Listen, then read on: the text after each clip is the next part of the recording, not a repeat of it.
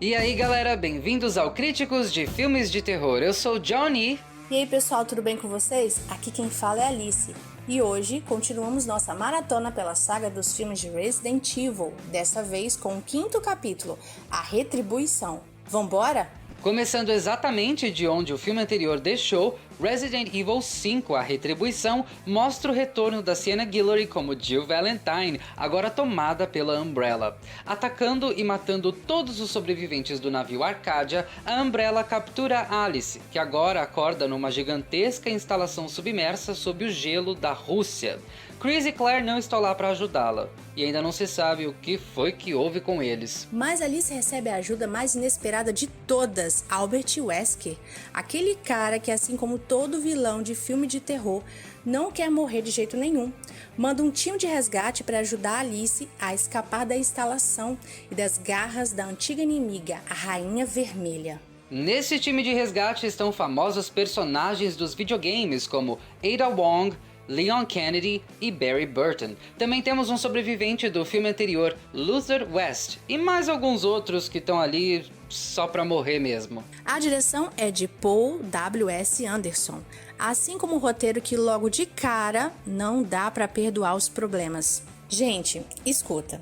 Sabemos que esse ponto parecemos uma vitrola quebrada repetindo isso, mas não dá. De novo, pela terceira e santa vez, ele ainda redesenha a Madrugada dos Mortos de Zack Snyder, dessa vez com um segmento paralelo onde Alice é uma mãe de família tentando proteger sua filhinha contra o ataque de zumbis que tomou sua vizinhança do nada. Parece meio aleatório e nada a ver com a trama, mas tem uma explicação para isso, ainda que uma bem podre. Um dos erros que apontamos na nossa crítica sobre o terceiro filme foi em como Resident Evil 3, A Extinção, estabeleceu que o T-Vírus se espalhou pelo mundo. E nós dissemos que isso não fazia o menor sentido desde que o incidente em Raccoon City, do segundo filme, foi contido. A cidade foi destruída e o vírus não tinha como escapar de lá e se espalhar pelo mundo depois, lembram? Então, aqui, nesse 5º filme, Anderson tenta finalmente consertar esse furo dizendo o seguinte, presta atenção,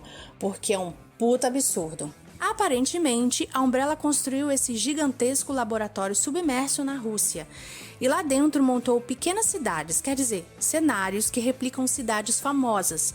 Ali você tem Tóquio, Nova York, Moscou e várias outras. Eles criaram milhares de clones humanos para povoar esses ambientes. Clones esses que possuem memórias e raciocínio controlado. Eles são inseridos para viver ali acreditando que aquele mundo é real. A Umbrella, então, arma um surto do T-Vírus ali dentro e estuda as reações e comportamento dos clones para ver se eles são 100% acurados quando compararmos a um ser humano comum. E para que isso? Bem, pense. A Umbrella mostra um surto desse acontecimento em Tóquio e consegue vender o vírus para os chineses. Um surto na China vende para os japoneses. Mostra como seria um surto em Nova York, nos Estados Unidos? Pronto, os russos compram e assim por diante. Desse jeito aí fica explicado que a Umbrella ganhava trilhões de dólares vendendo o T-Vírus para os grandes governos. E aí praticamente todos os países poderosos tinham o T-Vírus sem ninguém saber. Quando aconteceu a epidemia em Raccoon City, por exemplo, os Estados Unidos podem ter pensado que aquilo foi um ataque terrorista da Rússia, por exemplo, e então atacaram ela de volta com o vírus. E nisso começa um ciclo vicioso.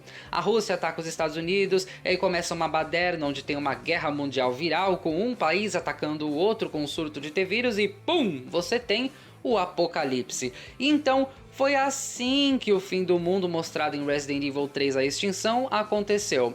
Furo de roteiro consertado com sucesso. Não é, Alice? Quem dera.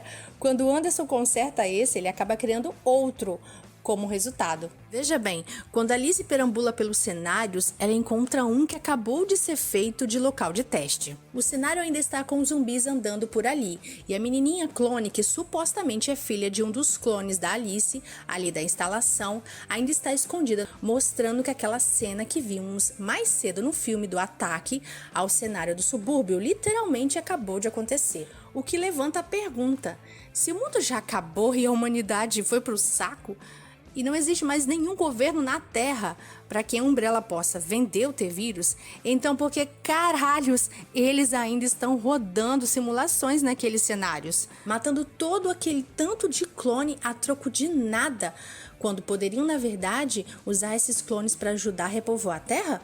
A esse ponto, isso não faz a menor droga de sentido. E visualmente falando, o Paul Anderson pega muita coisa emprestada da franquia Alien. Tudo aqui parece derivado. A trama entre Alice e a menininha da qual ela se afeiçoa e decide virar a mãe dela ali é praticamente idêntica à de Ripley em Aliens: O Resgate. O casulo que o Licker gigante faz para aprisionar suas vítimas também.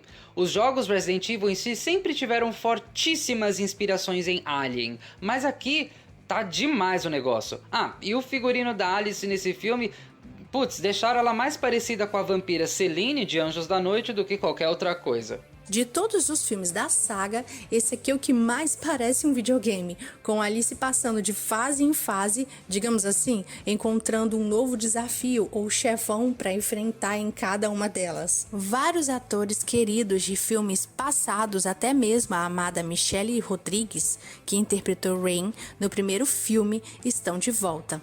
Pena que isso não passa de uma fanservice barata, e todo mundo aqui é um clone babaca que quer matar Alice. O filme mostra uma disposição muito grande em querer representar os personagens dos videogames da forma mais parecida possível. Johan Urb, que faz Leon Kennedy, é fisicamente perfeito para o papel, uma pena que ele não sabe atuar. Li Bingbing não parece, ela é Ada Wong. É como se a personagem tivesse saído direto dos games para as telas do cinema. Quer dizer, em questão de aparência, né? Porque quando ela começa a atuar, a coisa fica feia, coitada. A atriz chinesa aqui que faz a Ada, ela não falava muito bem o inglês, sabe? Ela tinha muita dificuldade com o idioma e a pronúncia dela é bem ruinzinha, tadinha, e isso afeta a atuação dela. Você vê claramente que a coitada tá super nervosa, que ela tá tão concentrada em tentar falar o inglês certinho que ela perde toda a expressão facial e as nuances da atuação, coitada, de dar dó, viu?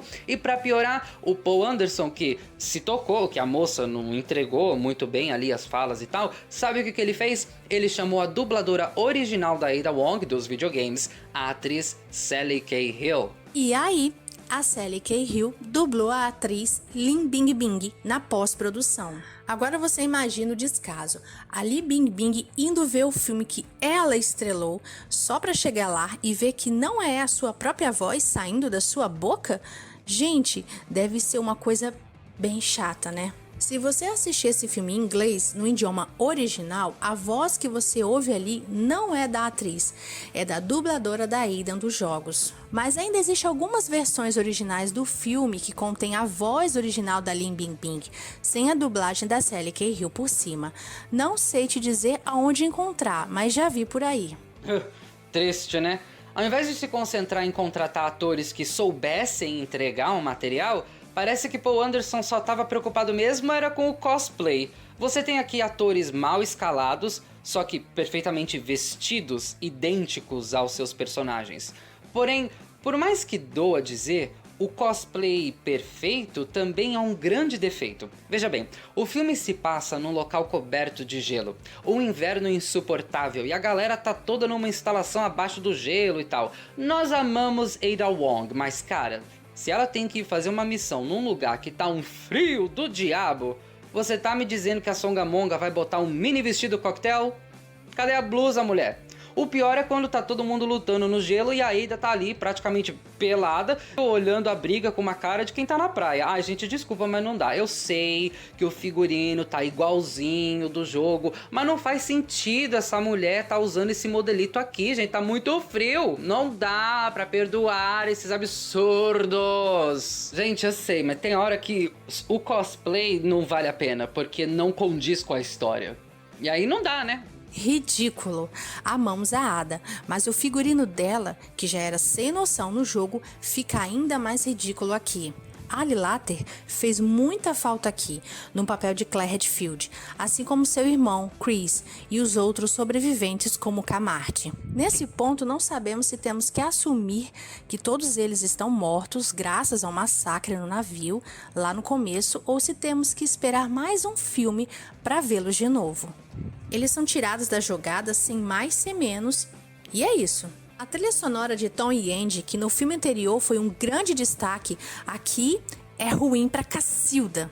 O 3D é bom, design de produção é caprichado, as instalações ali são interessantes e o figurino, ainda que fiel aos jogos, é brega e sem sentido aqui dentro da história. O filme também não entrega mortes muito interessantes não. A maioria do povo morre numa chuva de CGI e até sangue em CGI chega a aparecer aqui e... sem comentários. O filme sofre de excesso e chega a trazer até o vírus Las Plagas do jogo Resident Evil 4. Por quê? Bem, por que não? Já tá um milkshake da porra isso aqui mesmo? Quem se importa?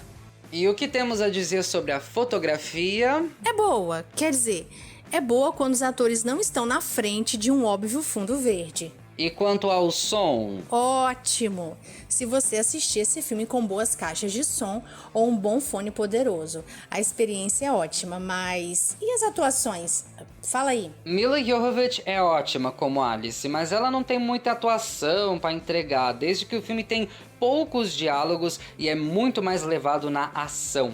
É um terror de ação lotado de erros. Tem tanto, mas tanto, que dá pra fazer uma brincadeira de ache o erro enquanto você assiste. Um bem óbvio é de uma cena em que a Ada atira na cabeça de um monte de membros ali da Umbrella. O problema é que eles estavam atrás de um vidro. O vidro deveria estar quebrado ou trincado com o formato da bala, né? Ela atirou, enquanto o sangue das cabeças que foram estouradas deviam estar manchando as paredes atrás dos caras. Porém, ao invés disso, o sangue tá ali no vidro. Vidro esse que não tem buraco de bala. E as marcas de sangue estão no vidro, como se alguém tivesse atirado por trás dos caras, o que já vimos que não foi o caso. Então, não faz o menor sentido aqui. Inclusive, se você assistir esse filme com os comentários do diretor, você vai ver ele apontando diversas coisas como essa. Ou seja, o próprio cara que fez admite que tá tudo errado aqui. E ainda tem gente defendendo esse filme. Como assim?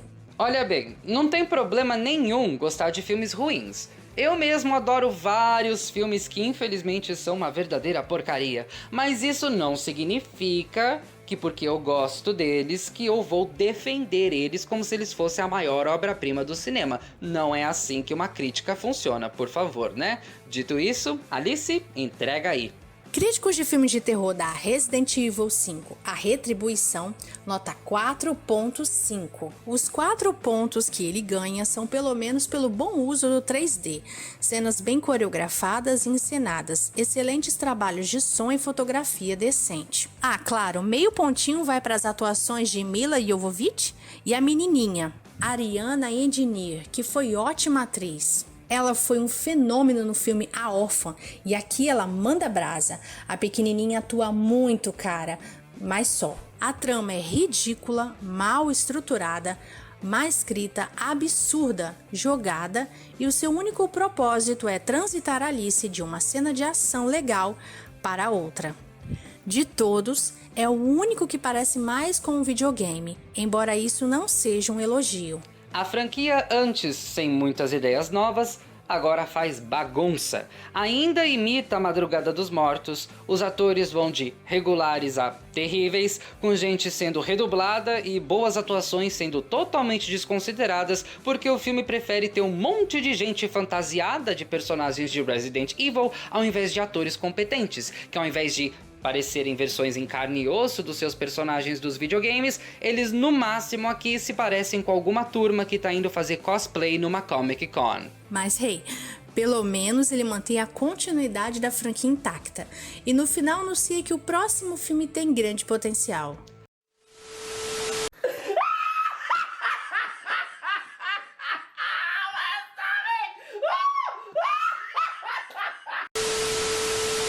Ai ai, eu adoro esse filme. Dói, viu? Dói ter que esculachar ele assim. Mas fazer o quê? É o que é. Mas e aí? O que acham de Resident Evil, A Retribuição? Não esqueçam de deixar o like, se inscrever, comentar, compartilhar esse vídeo e ativar o sininho. Aqui é o Johnny. E aqui é a Alice. E você está no Críticos de Filmes de Terror.